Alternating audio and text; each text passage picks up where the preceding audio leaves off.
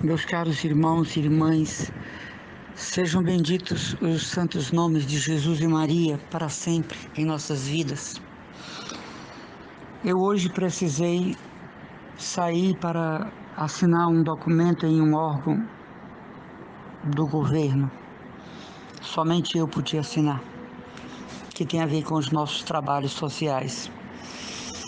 E quando nós chegamos no órgão, era dividido por quadras de 20 pessoas. Então, uma quadra de 20 pessoas aqui, uma quadra de 20 pessoas ali, lá mais na frente mais 20 pessoas, perto das atendentes mais 20, e eu estava do lado das atendentes. Meus caros irmãos, eu esperei 45 minutos. E quero dizer a vocês que foram 45 minutos de um verdadeiro inferno.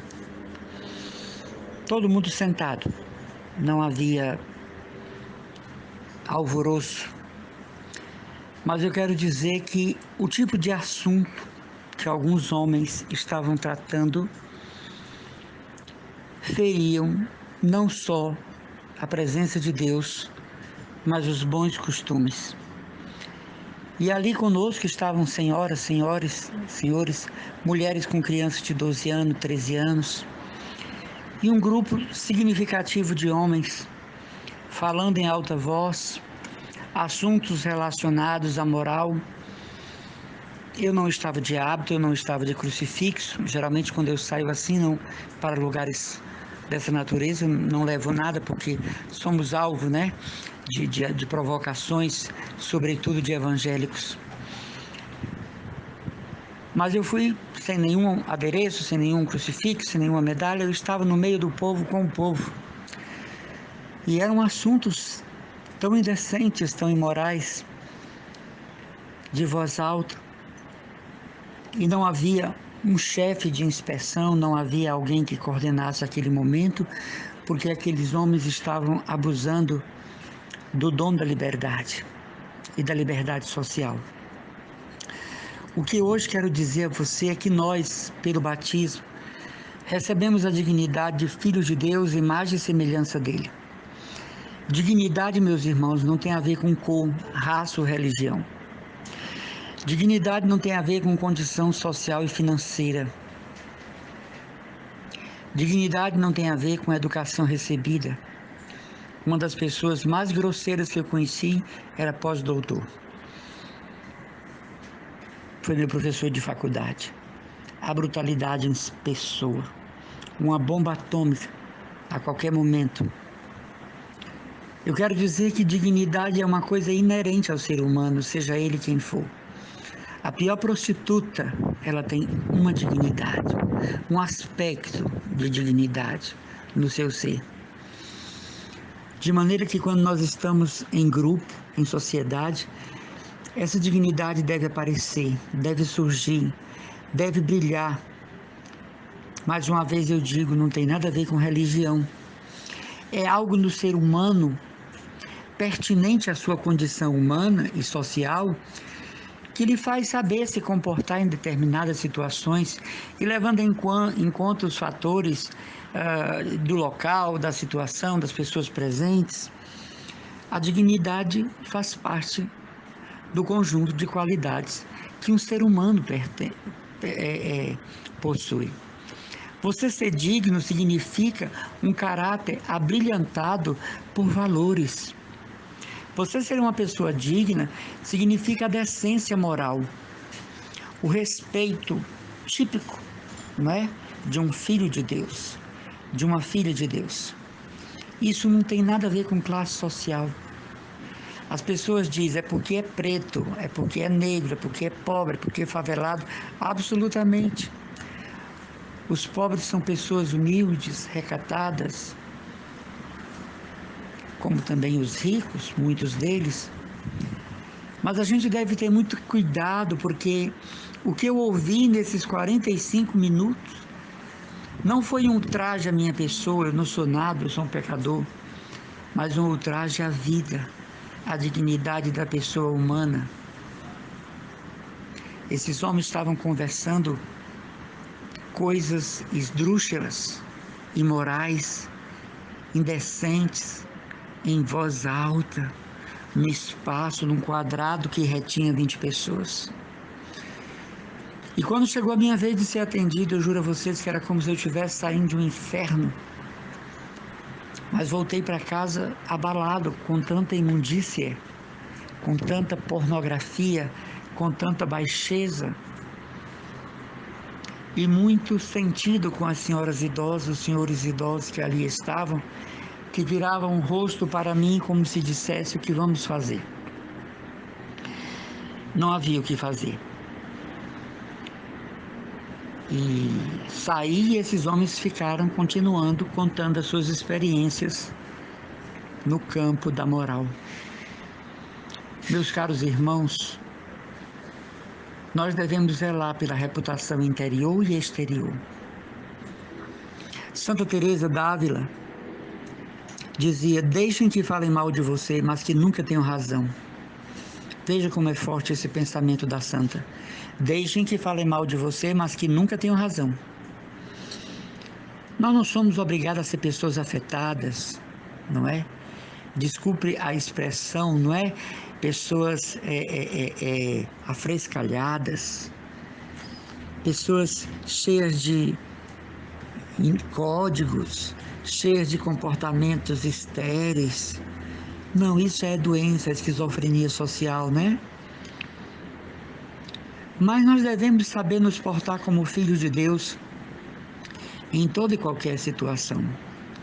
Que brilhe em nós o caráter divino em qualquer local. Quando estamos com amigos, numa diversão, num lazer, num bate-papo, né? No encontro agora que começa a abrir para isso, né? Que os nossos assuntos, além de dignos, sejam aproveitáveis, produtivos, e não coisas engenhosas para terminar em outras coisas, desconsiderando quem escuta, desrespeitando o nível moral de quem está ali. A dignidade, meus irmãos, deve nos acompanhar em todas as coisas. É preferível nós pecarmos por excesso de dignidade do que por falta dela. É preferível nos ausentarmos de certos ambientes hostis à dignidade de uma pessoa humana do que fazer parte deles, num silêncio conivente, numa participação culposa. Às vezes nós temos amizades que verdadeiramente rebaixam a nossa reputação. Nós temos amizades que inferiorizam a nossa dignidade. Seria bom nós zelarmos e purificarmos. Não estou dizendo para rompermos com essas pessoas, mas fazermos uma pulverização em certos assuntos, em certos comportamentos. Alegria, euforia não tem a ver com baixaria em momento nenhum. O cristão sabe entrar e sair de uma festa. O cristão sabe entrar e sair de um espaço festivo, alegre, promissor, congratulatório. O cristão sabe entrar e sair de uma conversa com essa peculiar dignidade que o batismo lhe deu. Confesso que hoje me senti ultrajado. Confesso que hoje me senti verdadeiramente tocado numa repugnância, não pela condição social dos homens ou sua cor, sua religião, mas do tipo de assunto público, de índole interpessoal e de caráter moral e imoral, porque se achavam no direito de dizer o que pensam no espaço público. Não é assim. Vivemos em sociedade, mas não num campo minado da moral. Vivemos em grupos e sofremos os ataques dessa coletividade. Mas no que comporta o nosso procedimento, nós devemos ter um santo zelo pela nossa reputação. Tem certos comportamentos, tem certos ditos, não é? Que não caem bem na boca de um cristão católico. Certas piadas que animam e fazem rir mais do que qualquer coisa, mas que talvez possa marcar negativamente a índole, o caráter e a lembrança nossa junto às pessoas. Vocês me conhecem, eu prego brincando, e brincando eu prego. É meu estilo de pregar, mas nunca nada que tire a moral. Nunca nada que disperse na cabeça das pessoas a seriedade do Evangelho. Nada que incline para a má reputação. Eu conto casos jocosos, conto casos engraçados, inclusive de experiências pastorais, mas jamais para humilhar quem as praticou, denegrir o nome de ninguém, classificar cores ou então envergonhar a Santa Igreja, estando eu falando em nome dela. A nossa língua recebe Jesus na Eucaristia.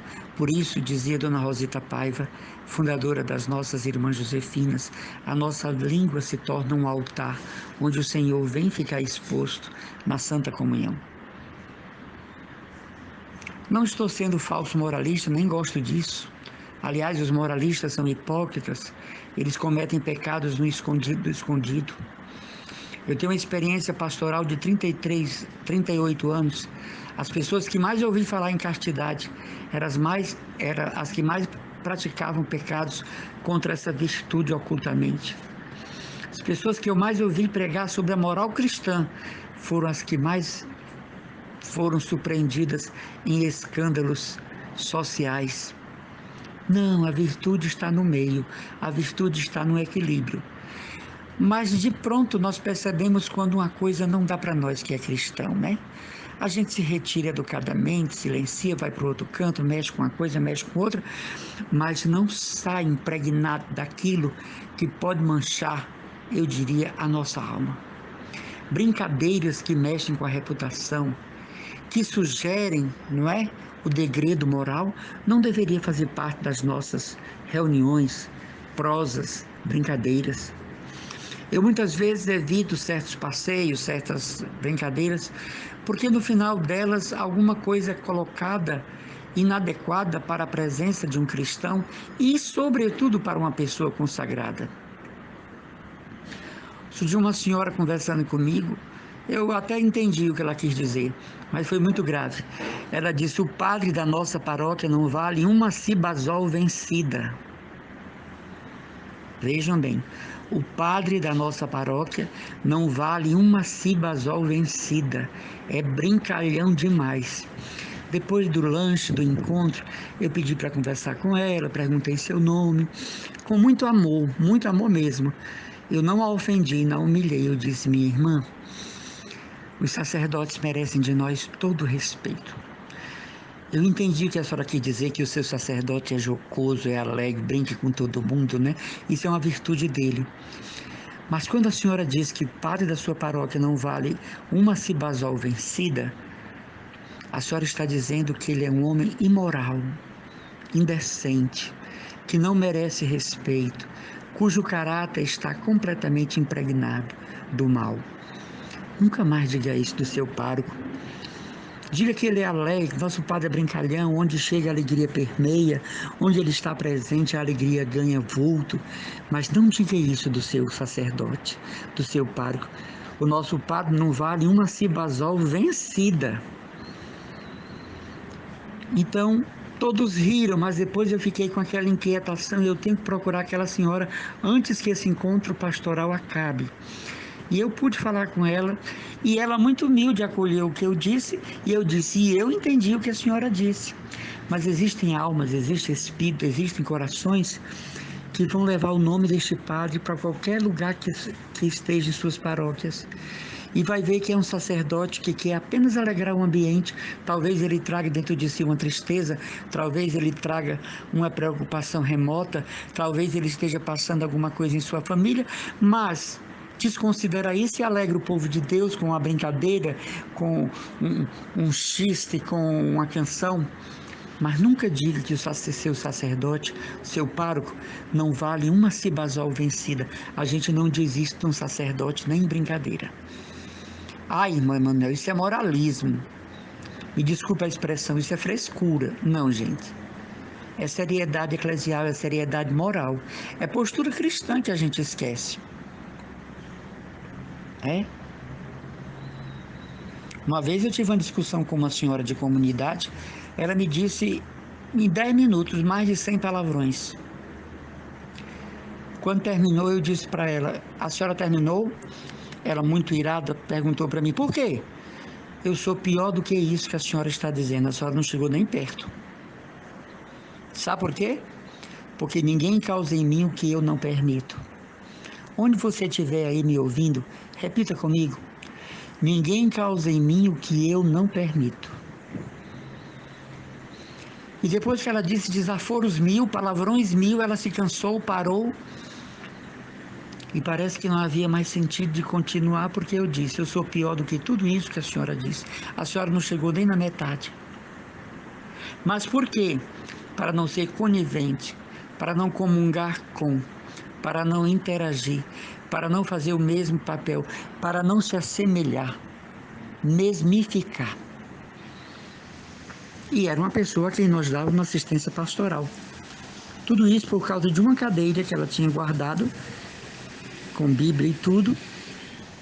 E educadamente eu fui dizer que naquele espaço não se guarda lugar para ninguém. E disse isso com toda a educação que eu podia. Pronto. Aquela senhora se transformou de Bíblia na mão para um encontro carismático. Ela me disse impropérios, mas eu disse: a senhora se enganou, eu sou pior do que isso aí. Mas não entrei, entendeu? Não entrei na onda da dissipação, da baixaria, da vanglória, da falta de educação. Mais uma vez eu repito, você pode morar na favela mais desprovida, você é vítima de uma má administração governamental, mas a sua dignidade é intacta. Você pode ter recursos muito parcos, mas a sua dignidade é intocável. Você pode ser negro, mas a sua dignidade está acima da sua cor. Nunca aceite ninguém comparar isso. Nunca aceite ninguém fazer, não é? Paródia com a sua condição social, com a sua religião, com a sua cor. Mas a dignidade é pertinente ao ser humano, está em nós. Uma pessoa pode falar mal de nós, ela está falando mal dela mesma. Uma pessoa pode escorraçar com o seu nome, ela está dizendo quem ela é. A educação que recebeu, os valores de família, a influência da mãe, a influência do pai, né? Os fracassos na vida, os tombos que levou na vida. Uma pessoa pode acabar dizendo de você coisas que você nunca fez. Então não há por que você ficar triste, não há por que você ficar sofrido com isso. Mas você pode superar tudo isso com a sua dignidade, acima de. O que eu passei hoje desse órgão lá, ouvindo isso desses senhores, eu trago para a minha oração, me concentro nela, e o Senhor tira e o Senhor examina meus pensamentos, e o Espírito Santo vai limpando, pulverizando tudo. Mas que é chato e é um degredo, e é um desagrado, e você fica um pouco desanimado com relação à reestrutura do caráter do ser humano, mas se anima, porque a igreja continua trabalhando fiel à sua missão. Então hoje vamos pensar no respaldo moral que tem um cristão católico em qualquer ambiente, na finesse, na educação que tem um cristão católico, seja em qualquer ambiente que esteja, na postura digna, exemplar, que um católico deve ter em todas as situações que frequenta, ou vai, ou toma parte, ou é líder. Não sejamos pessoas, né, como se fossem chafarizes do mal, chafarizes da baixaria, não é? Torneiras da ignomínia. Mas a alegria sincera. Vocês conhecem o irmão Emanuel? Já ouvi escutar de pessoas, é um palhaço. Não passa de um palhaço nas pregações. Digam, falem. Isso é inveja, porque não tem o dom da pregação. Só amado, eu não tenho culpa. Eu não tenho culpa de ter recebido esse dom. Faça você um bom curso na SPAC. Faça você um bom curso na arquidiocese e vá pregar. Mas o dom eu recebi. É por inveja dos dons do irmão Emanuel. Por favor, eu não tenho culpa de ter recebido o dom da pregação. Para mim, tanto faz 3 pessoas, como 3.000, como 30.000, como 3 milhões. Eu estou anunciando o Evangelho. Então tem pessoas que dizem: irmão Emanuel é um palhaço nas pregações. Eu sou um palhaço de Cristo, sim. É melhor do que ser um hipócrita pregando. É melhor do que ser um farsante pregando. É melhor do que ser uma pessoa que prega ali e quando desce, vai para as casas de promiscuidade de Fortaleza. Então, a índole, o caráter, a percepção da nossa imagem e semelhança com Deus, isso deve estar presente em todos os momentos. Não confunda, podemos ser pessoas alegres, felizes. Eu agora estou fazendo uma experiência missionária aqui no local em Fortaleza, que é uma pequena Índia dentro de Fortaleza. É um tuguro, né? Choupanas, barracos. Eu estou aqui há 4 meses. É uma pequena Índia onde eu estou. Talvez vocês escutem barulhos quando eu estou falando. São brigas, são movimentos, há uma educação campeia, a falta de respeito campeia, a droga campeia. Mas eu estou aqui como missionário e vou ficar até o momento de voltar às atividades na casa-mãe. Mas a dignidade com que essas pessoas me respeitam quando eu passo, eu acredito que é fruto do evangelho que eu semeio, não é minha. O respeito com que as pessoas me tratam quando o irmão Emanuel passa pelas ruas e entra nos barracos, nos tugúrios, é fruto do evangelho que eu tento viver. Não sou eu que implantei isso ou imponho. Então, no meio de toda essa balbúrdia moral e social que tem aqui, os pobres, eles conseguem ser educados comigo. E não é uma coisa interesseira em busca disso ou daquilo que eu possa conseguir com os benfeitores para cá. É porque é o seguinte, você colhe o que você planta. Somente isso. É o reflexo. Que Deus nos abençoe e que durante o dia de hoje você e eu, ou então o horário que você estiver escutando isso, vamos pensar como é bom ter uma boa índole, como é bom ter um caráter que irradia Deus, uma alegria que não ultraja, uma felicidade que não envergonha, uma efusão emocional que não é baixaria. Porque nós somos seres sociais, precisamos estar uns com os outros. E nós somos seres, acima de tudo, cristãos batizados. Mais uma vez eu digo, não estou dando um de falso moralista. Tenho pavor de falso moralista. E reconheço um assim que deixo. Mas a moral cristã católica, essa nós devemos ter em todos os momentos. Louvado seja nosso Senhor Jesus Cristo, irmão Emanuel Maria, Comunidade Católica Cristo Dominus. Olha aí, rapaz.